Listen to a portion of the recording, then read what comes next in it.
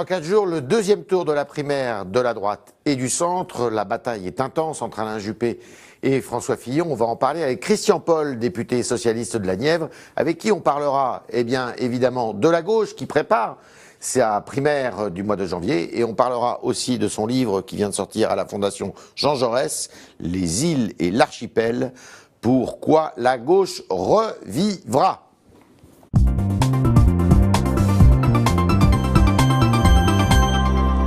Christian Paul, bonjour. Merci d'être dans nos locaux. Actuellement, la droite occupe beaucoup le terrain, mais c'est intéressant d'avoir précisément... Merci de réserver encore un espace à la gauche. Ah bah, cet espace, d'ailleurs, va s'élargir, vous verrez, dans les semaines qui viennent. Avec la primaire, notamment. Bien sûr. Fillon, Juppé, ce sont deux droites différentes, pour vous? Il y a 3 droites dans l'histoire de France. Oui, ça c'est René Raymond. Oui, mais je trouve que ça s'incarne aujourd'hui. Oui. Ouais.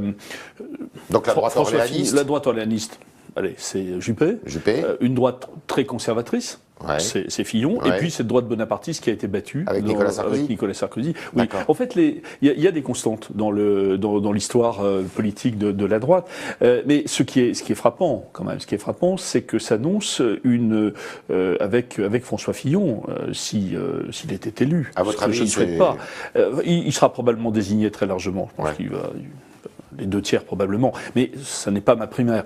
Mais ce qui est frappant derrière cette candidature Fillon, c'est une révolution conservatrice et libérale à la française qui se prépare. Ouais. Elle n'a pas le côté caricatural et grimaçant de Donald Trump aux États-Unis. Ouais. Qui est plutôt populiste, lui. Mais elle a Fillon. Fillon, c'est un amateur de grandes purges économiques. Hein. Purges. Oui, enfin c'est pas Margaret Thatcher, quand même. Pardon.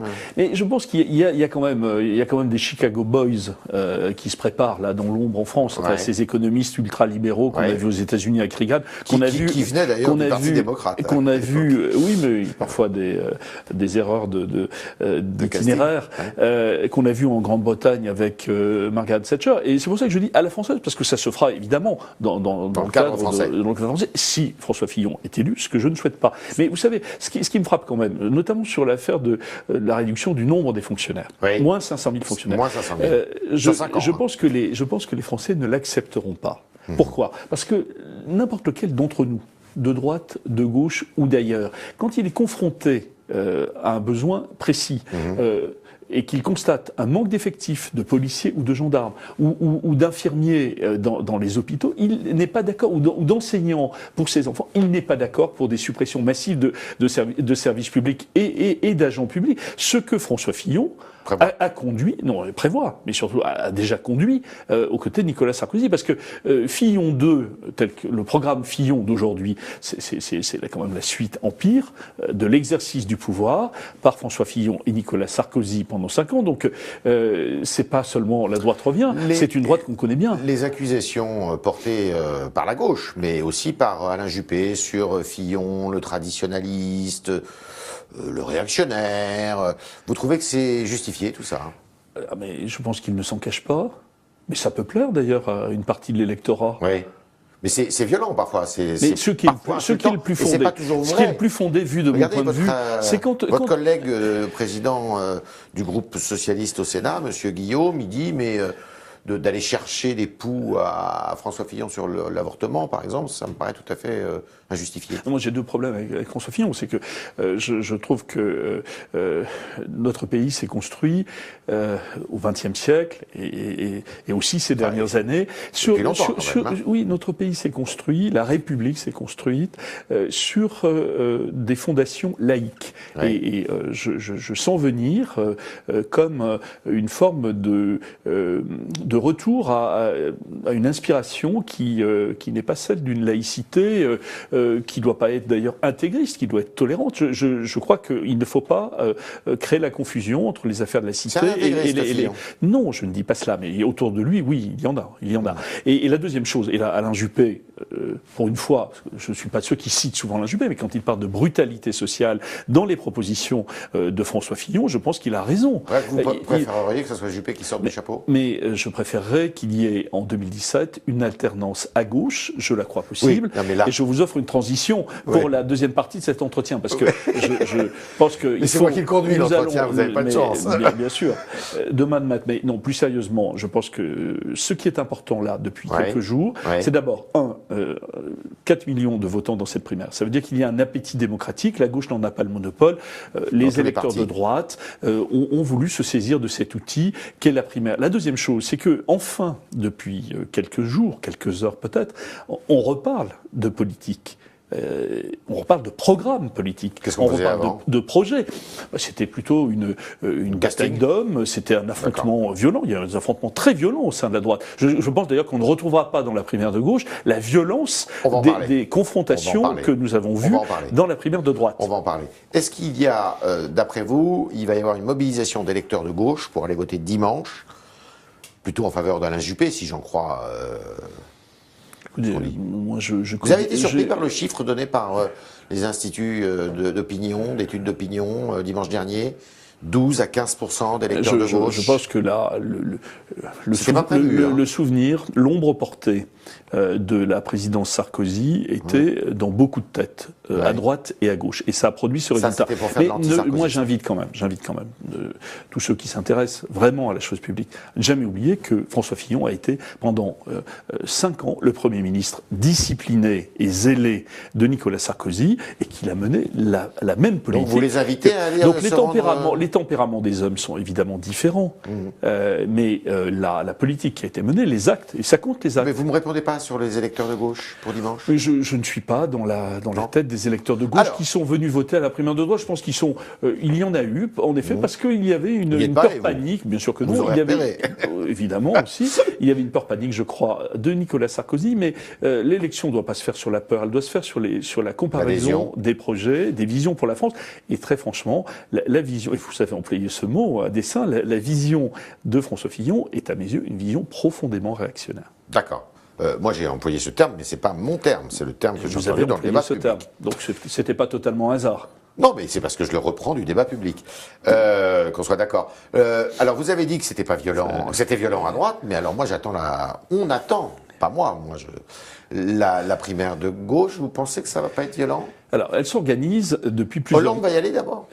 Ça, c'est sa décision. Monsieur Guillaume dit le 10 décembre. C'est sa décision. On peut considérer au moment où nous parlons que le président de la République sortant prépare une nouvelle candidature. Enfin, les choses ont tellement été imprévisibles en France depuis quelques semaines. Le départ en fanfare d'Emmanuel Macron, le Premier ministre qui a quand même visiblement quelques fourmis dans les jambes. Donc nous verrons le moment venu. Mais là aussi, c'est urgent. Non, je pense que ça va être très utile. Ça va être un règlement de compte à Hockey-Coral, votre affaire, non? Non, pas du tout. Il y aura évidemment le temps de l'inventaire, mais c'est davantage l'inventaire que, évidemment, il faut le faire. Que M. Filoche n'avait pas beaucoup d'admiration pour François Hollande. Hein. C'est pas une affaire d'admiration, c'est une affaire de jugement sincère, précis sur les engagements, les résultats, la façon dont le pays a été conduit pendant 5 ans.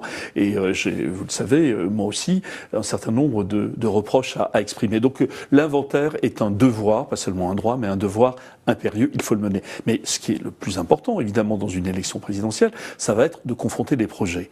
Et vous le savez, au sein de la gauche de gouvernement, il y a maintenant, depuis plusieurs années, au moins 2 options. Alors, il y a une option social-libérale qui est incarnée par François Hollande, par Manuel Valls, par Emmanuel Macron également. C'est cette option qui, de mon point de vue, n'a pas réussi face au chômage, n'a pas réussi le redressement du pays, n'a pas réussi à mener des réformes structurelles ambitieuses qui étaient les engagements, réforme fiscale, loi bancaire par exemple. Et puis alors, il y a une deuxième, et la gauche de gouvernement alternative, celle que je défends, celle que je crois capable à la fois d'être crédible et de donner envie, parce que dans une élection présidentielle, il faut les deux. Il faut donner envie et être crédible.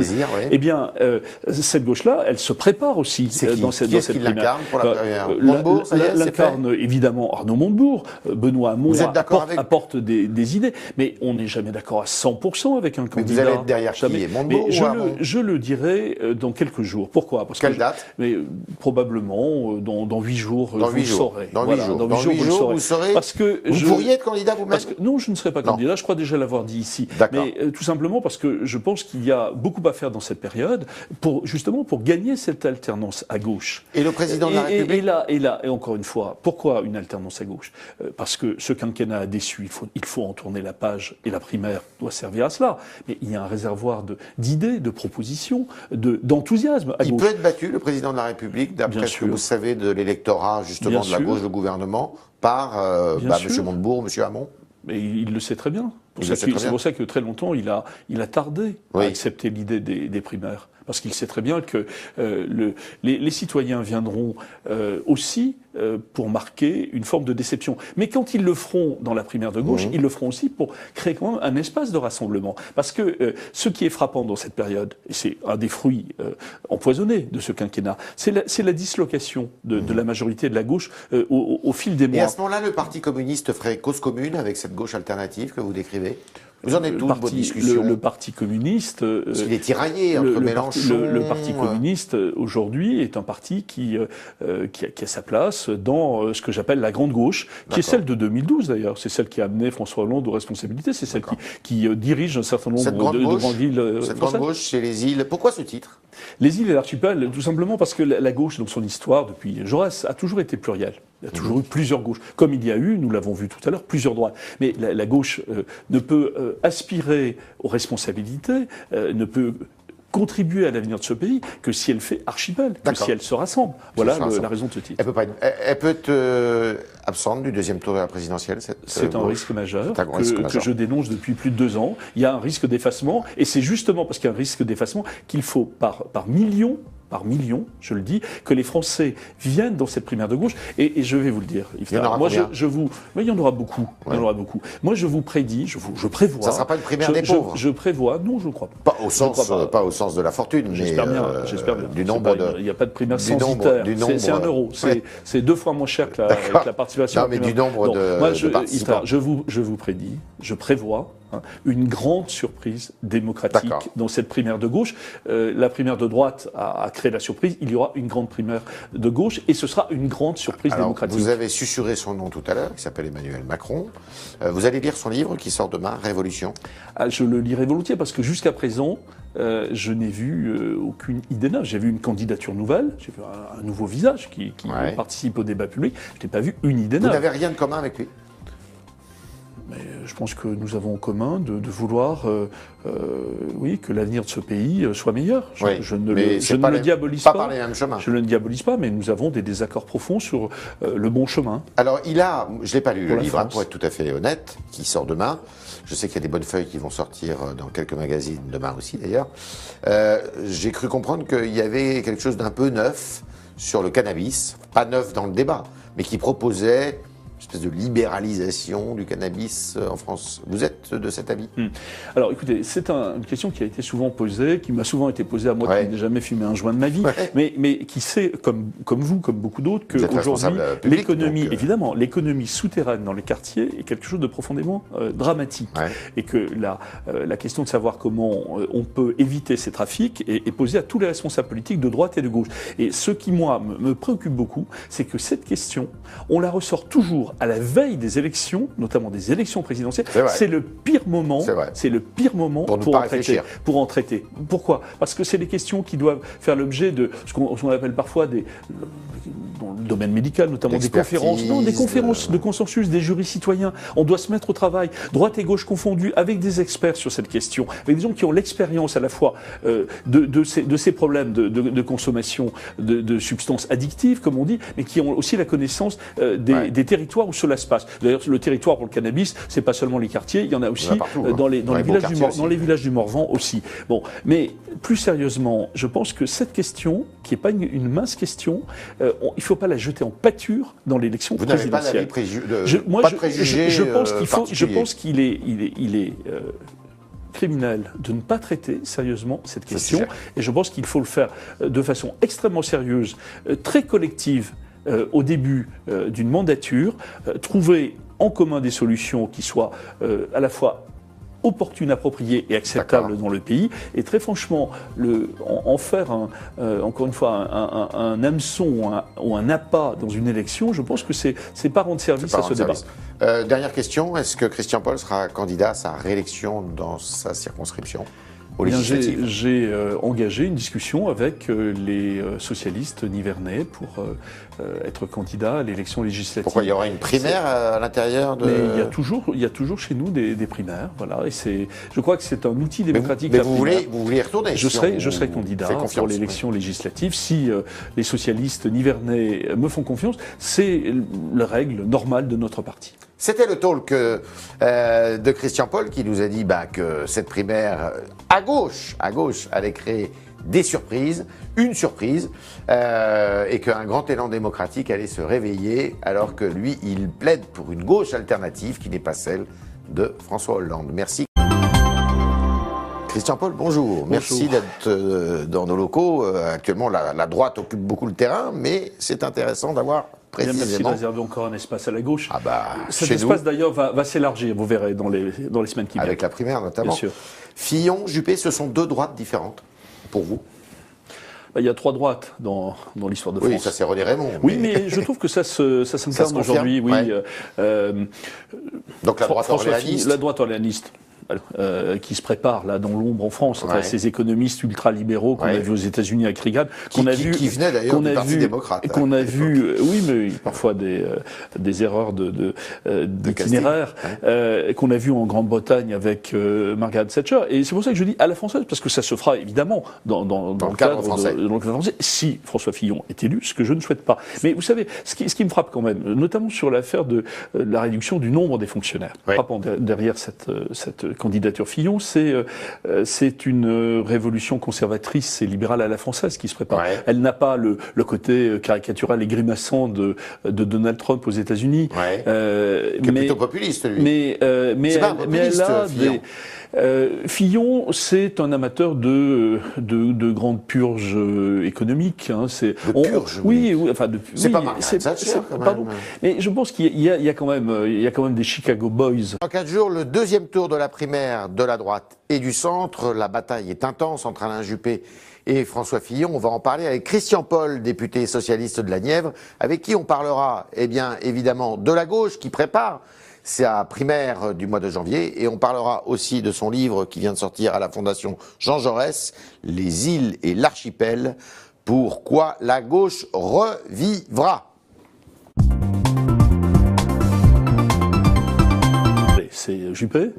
Une droite très conservatrice. C'est Fillon, et puis cette droite bonapartiste qui a été battue avec Nicolas Sarkozy. Oui. En fait, il y a des constantes dans l'histoire politique de la droite, mais ce qui est frappant quand même, c'est que s'annonce avec François Fillon, s'il était élu. À votre avis, je ne souhaite pas.